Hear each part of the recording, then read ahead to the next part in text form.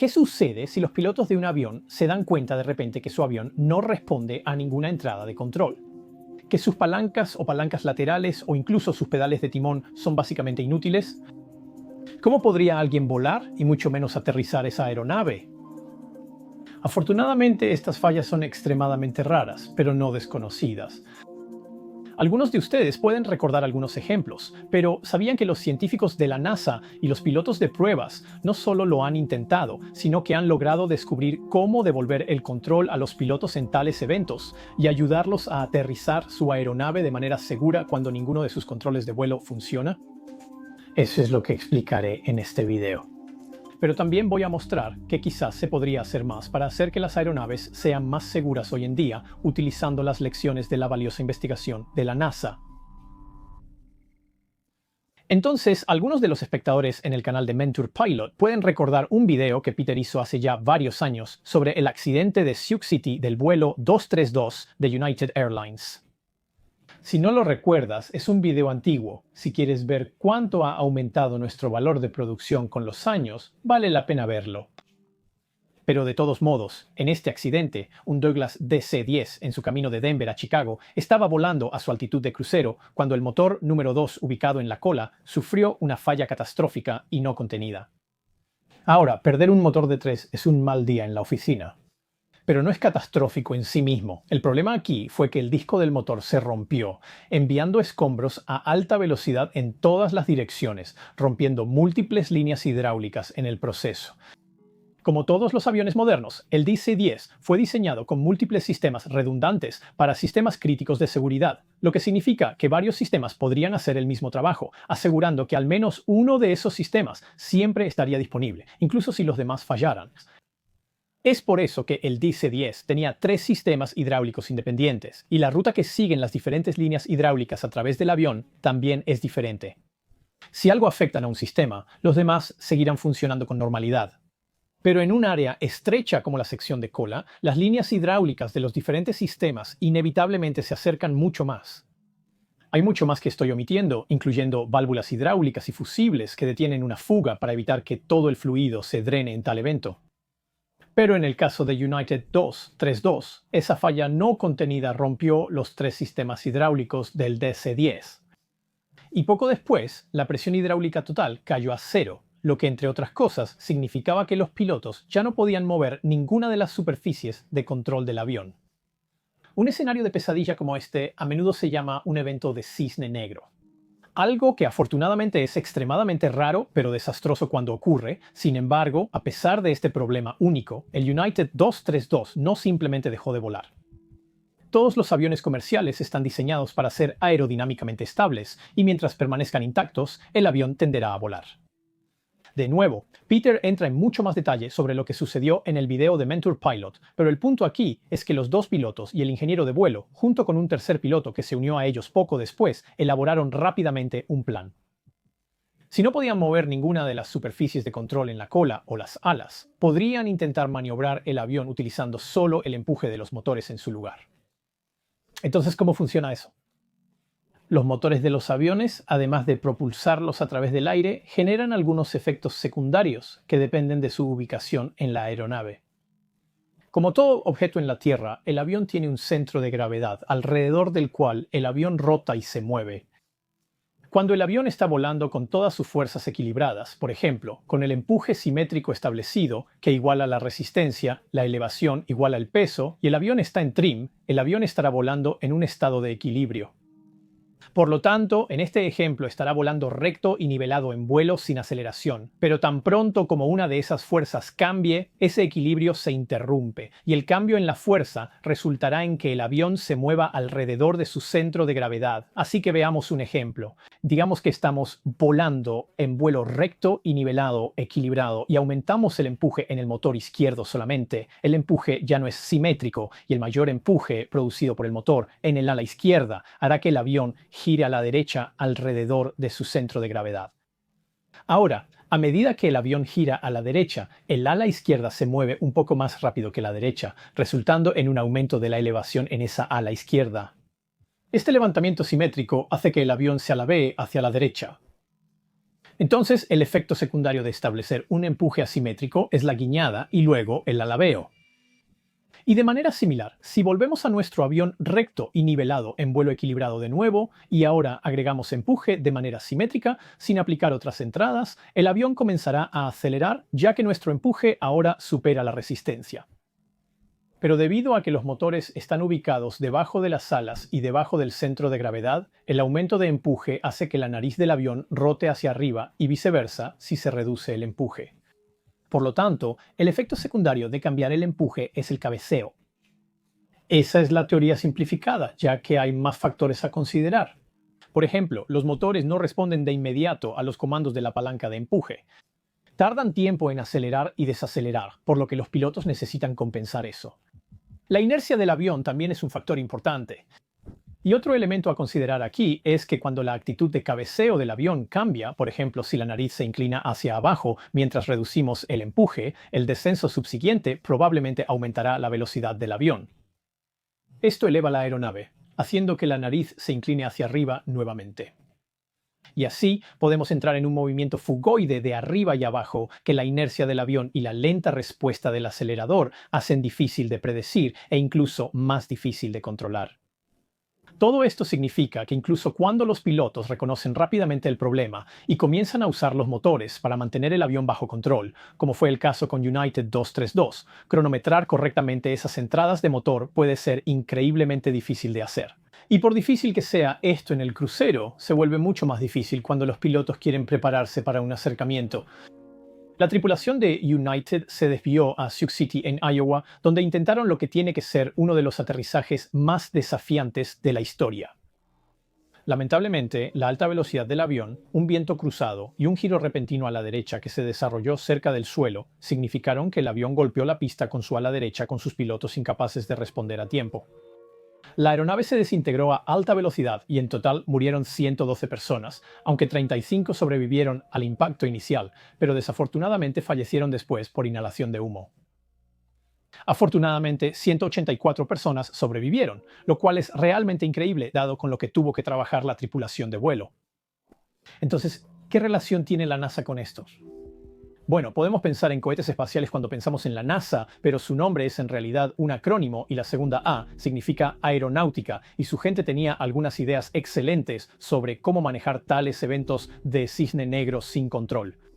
Como investigo incidentes de aviación y políticas de aerolíneas, constantemente me inscribo en boletines de la industria, descargo informes y accedo a bases de datos mundiales. Lo que no esperaba era cómo eso llevaría a que mi bandeja de entrada se desbordara con correos electrónicos y textos de spam sobre temas aleatorios como garantías de automóviles e inversiones en criptomonedas de empresas desconocidas. Pero afortunadamente, cuando empecé a usar DelateMe, el patrocinador de hoy, todo eso se detuvo.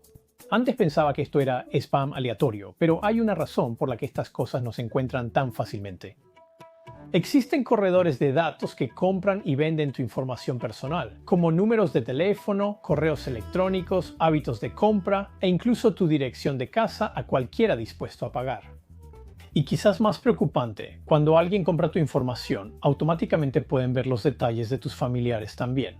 Ahora, DelateMe rastreará dónde se está vendiendo tu información personal y hace que esas empresas la eliminen. Y en solo 7 días me mostraron un informe con 73 sitios de corredores de datos y más de 200 datos personales que han eliminado.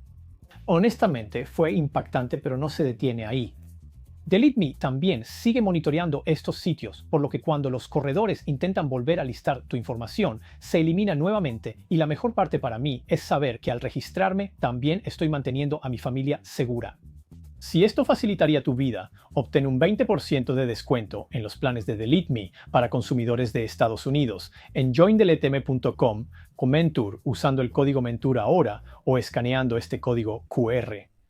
Gracias a DelateMe por patrocinar este video. Continuemos con la historia.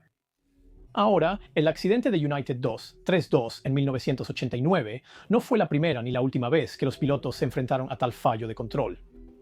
El vuelo 123 de Japan Airlines solo había ocurrido unos 4 años antes y también involucró una falta total de hidráulicos. Trágicamente, ese 747 se estrelló en un terreno montañoso tras una batalla de más de media hora de su tripulación por controlarlo. Y 2 décadas antes de eso, un Lockheed Super Constellation de Eastern Airlines tuvo una colisión en el aire con un Boeing 707 de TWA sobre Carmel en el estado de Nueva York. La tripulación del 707 logró un aterrizaje de emergencia exitoso, pero la del Super Connie descubrió que no tenían controles de vuelo ni trim de elevador tras la colisión.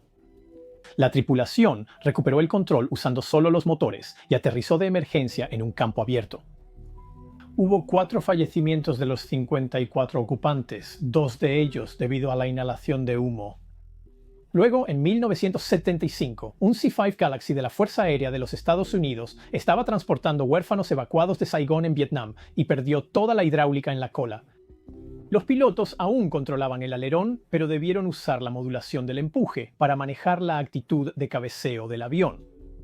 Lamentablemente, no pudieron detener un movimiento fugoide durante la aproximación, lo que provocó que se estrellaran poco antes de llegar a la pista. 176 personas sobrevivieron de los 314 ocupantes. Ahora, siempre que ocurre un accidente de alto perfil, los pilotos y muchos otros en la industria se ponen alerta y toman nota y estudian lo que necesitarían hacer para lidiar con tal incidente. Uno de los pilotos en United 232 había pensado previamente en esto en las secuelas del vuelo 123 de Japan Airlines. Y en las secuelas de United 232 fue el turno del ingeniero de la NASA Bill Burcham para preguntarse ¿qué podríamos hacer que pudiera ayudar a los pilotos en una situación como esta? Burcham plasmó sus ideas mientras volaba en TWA dibujando en una servilleta. Era un ingeniero de propulsión en una época en que cada vez más aviones utilizaban computadoras no solo para el piloto automático y los controles de vuelo, sino también para un mejor control de los motores. El primer pensamiento de Burcham, mientras lo esbozaba en esa servilleta, era vincular los controles de vuelo del avión con computadoras que también se alimentarían con datos sobre la velocidad, actitud, peso y otras métricas del avión, y luego la computadora ordenaría la cantidad adecuada de empuje de cada motor para hacer que esto suceda. Sin embargo, eso no es exactamente cómo funcionaría este sistema, como veremos pronto.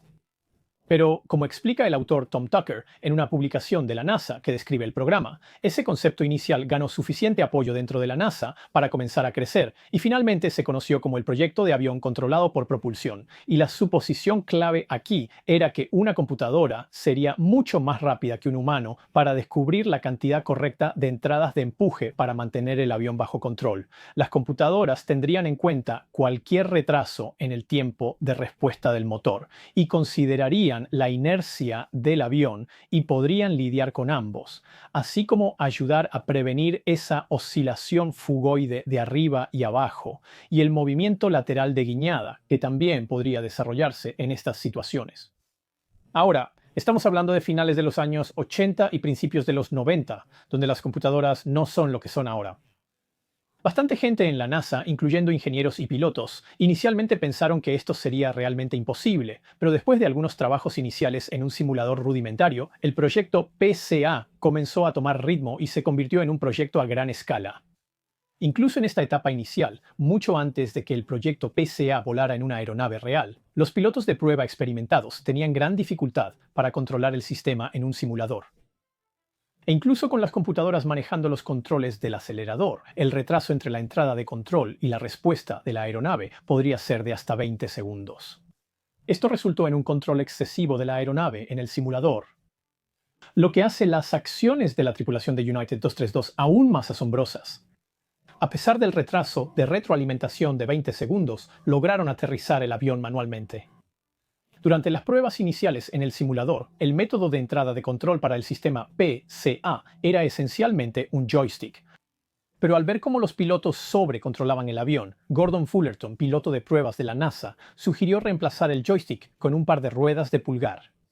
Una para el alabeo y la otra para el cabeceo. Estas ruedas de pulgar eran similares en principio a los controles del piloto automático, porque no se centraban automáticamente como las palancas o palancas de control, simplemente mantendrían un cabeceo o alabeo ordenado hasta que el piloto los volvía a centrar manualmente o hiciera otra entrada. El consenso aquí era que estos controles eran más útiles, pero mientras todo esto funcionaba bien en un simulador básico, todos querían probar este sistema en un avión real. Y el primer avión que estuvo disponible no era exactamente lo que Bertram Fullerton y el resto del equipo de PCA tenían en mente. En cierto punto, la Fuerza Aérea de los Estados Unidos se sumó al proyecto, aportando fondos muy necesarios y acordando facilitar un avión para el equipo. Un caza F-15. Ahora, por muy genial que pueda ser un caza, tenía algunos problemas. El uso de empuje diferencial para el control es más efectivo si los dos motores están bien separados, como es el caso de los aviones de línea con un motor debajo de cada ala. Pero los motores del F-15 están a solo unos 30 centímetros de distancia. Además, los motores están cerca del centro del fuselaje verticalmente, en lugar de estar colgados como la mayoría de los motores a reacción en las alas. Pero el F-15 tenía algunas cualidades que podrían compensar todo esto. Aunque los motores estaban tan cerca, eran súper potentes, y una prueba en un simulador de F-15 demostró que todavía era posible usar el empuje diferencial para probar el hardware de PCA en él. Pero volveremos a eso en un minuto. También vale la pena tener en cuenta aquí que este F-15 de la NASA en particular no era tu F-15 estándar. Era un avión de prueba modificado que ya se había utilizado para probar algo llamado el Sistema de Control Electrónico Digital Altamente Integrado. Esto requirió instalar un sistema de control de vuelo digital, esencialmente un fly-by-wire, que los F-15 de ese tiempo no poseían. Entre otras funciones, estos sistemas permitían al avión identificar una superficie de control de vuelo que ya no funcionaba y luego reconfigurar los controles de vuelo restantes para compensarlo. Por lo tanto, agregar un sistema que permitiera al avión usar sus motores para maniobrar parecía un siguiente paso razonable. Y el Sistema de Control Electrónico Digital Altamente Integrado F-15 de la NASA también probó un control electrónico digital del motor, o DEEC, que ya estaba configurado para comunicarse con el sistema de control de vuelo digital. Así que básicamente todos los sensores y la capacidad de computación que el sistema de control de propulsión del avión necesitaría ya estaban instalados en este avión en particular. Pero los primeros vuelos reales de PCA realizados en el verano de 1991 revelaron un problema que se remontaba a los enormes motores del F-15. Aunque eran lo suficientemente potentes como para generar suficiente empuje diferencial para hacer guiñar la aeronave a pesar de su ubicación, en la práctica, unas ligeras variaciones en el rendimiento del motor y el tiempo de respuesta hacían que el control superfino fuera extremadamente difícil, si no imposible. Bueno, al menos al principio. Esto no es sorprendente.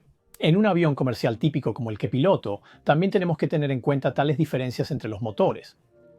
Por ejemplo, cuando empujamos las palancas de aceleración para despegar, primero aumentamos el empuje a un nivel intermedio, esperamos un segundo o dos para que el empuje se estabilice simétricamente antes de seleccionar el empuje de despegue. Le tomó un poco más de tiempo a los ingenieros de PCA averiguar qué software necesitaban los computadores para compensar las diferencias de rendimiento del motor del F-15.